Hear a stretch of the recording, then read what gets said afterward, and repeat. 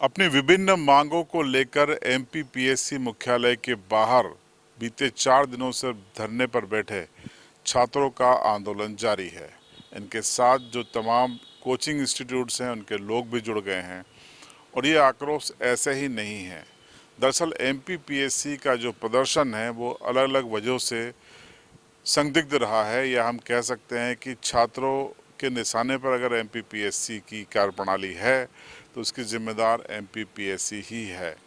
लगातार चौथे दिन भी धरना जारी है। तस्वीरें देखिए किस तरीके से छात्र छात्राएं नारेबाजी कर रहे हैं, अपने हक की बात कर रहे हैं। ये विशुद्ध तरीके से लोकतांत्रिक आंदोलन है जो वहां पर जारी है। देखिए पूरी रिपोर्ट।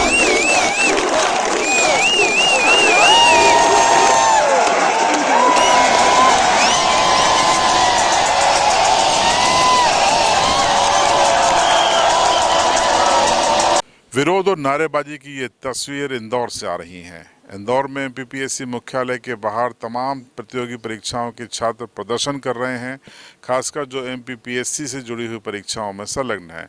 इनके साथ कोचिंग इंस्टीट्यूट से जुड़े लोग भी शामिल हैं। दरअसल ये आक्रोश ऐसे ही नहीं है, कई मुद्दे ऐसे हैं जिसके कारण एमपीपीएससी की कार्यप्रणाली शंका के घेरे में है और इन्हीं शंकाओं के निराकरण की मांग ये छात्र कर रहे हैं। आपको सिलसिलेवार बताते हैं कि आखिर मांगे क्या हैं।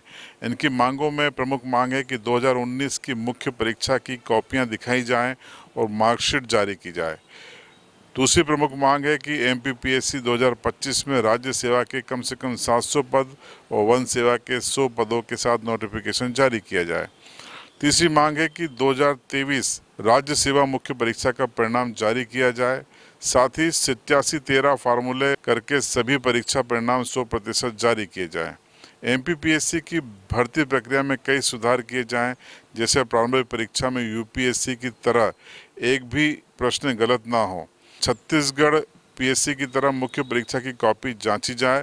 तो छात्रों की मांग वाजिब है, क्योंकि अपने भविष्य को लेकर वो जब लगातार कड़ी मेहनत करते हैं, घरों से दूर जाकर संघर्ष करते हैं, उनके माँ बाप की गाड़ी कमाई का पैसा खर्च होता है, लेकिन नतीजा ढाक के पास आता है तो ये गुस्सा लाजमी है। इस प्रदर्शन को लेकर क्या कहा गोपाल प्रजापति ने, वो सुनिए। है कि हम तुम्हारी बात मान लेंगे, तो हम भी कह रहे कि हम भी तुम्हारी बात मान लेंगे जब तुम लिखित में दे दो। तो ये लिखित में देने से डर रहे हैं, तो फिर हम इनकी बातों पर विश्वास किस प्रकार से कर सकते हैं। हमारी मांग है कि 700 पार आप पोस्ट दो और जो 2019 अभी तक कॉपी नहीं दिखाई आप कॉपी दिखाओ और इंटरव्यू के मार्क्स कम करो। आयोग अपनी अकड़ पर अड़ा हुआ है कि जब तक 87-13% का मामला नहीं सुलटेगा तब तक हम नहीं दिखाएंगे। तो हमारा भी ये कहना है कि जब निपट जाएगा वहाँ का मामला तब आप कॉपी दिखा देना। और अभी आपने देखा होगा कि ये पुलिस बल बहुत ज़्यादा लगा है।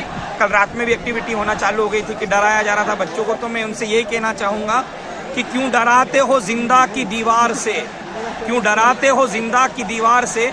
जुल्म की बात को, जहल की रात को मैं नहीं मानता, मैं नहीं जानता। तो सरकार हमको डराना चाह रही है, शासन प्रशासन हमें दबाना चाह रहा है, पर हम उस समय तक नहीं हटेंगे जब तक हमारी मांगों को लिखित में माना नहीं जाता है। ये बेवकूफ़ बनाने के धंधे इन्होंने चालू कर दिए हैं। अंदर लोग जाते हैं उनको डराने का काम चालू कर दिया है।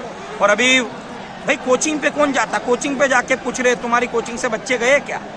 अब ये काम चालू कर दिया इन्होंने कि आप कोचिंग चालू करो, कोचिंग क्यों बंद कर रहे हो।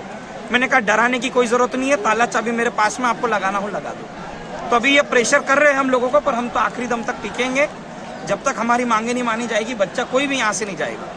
सर, प्रशासन की तरफ से अभी कोई भी आपको आश्वासन या लिखित में दिया नहीं जा रहा है, तो ये आंदोलन कुछ भी नहीं दिया जा रहा। ये आंदोलन सर आगे कब तक चलेगा, मतलब आप लोगों की क्या रणनीति है? जब तक इनकी अर्थी नहीं उठेगी तब तक तो हम करेंगे। कल तो हमने आयोग को फांसी लगा दी थी, आज अंतिम सोच रहे क्रियाक्रम करी दे उसका, क्योंकि इस लायक तो है नहीं वो कि उसकी तारीफ की जाए। तो हमने आपको एमपीपीएससी के बाहर चल रहे आंदोलन के बारे में ये रिपोर्ट बताई। कोशिश करेंगे कि कल हम खुद इस आंदोलन स्थल पर पहुंचें और सीधे संवाद करें और आपको वहां के हालातों के बारे में बताएं। तो कल संभवतः CB लाइव की टीम इस धरना स्थल पर होगी। ज़रूर देखिएगा CB लाइव।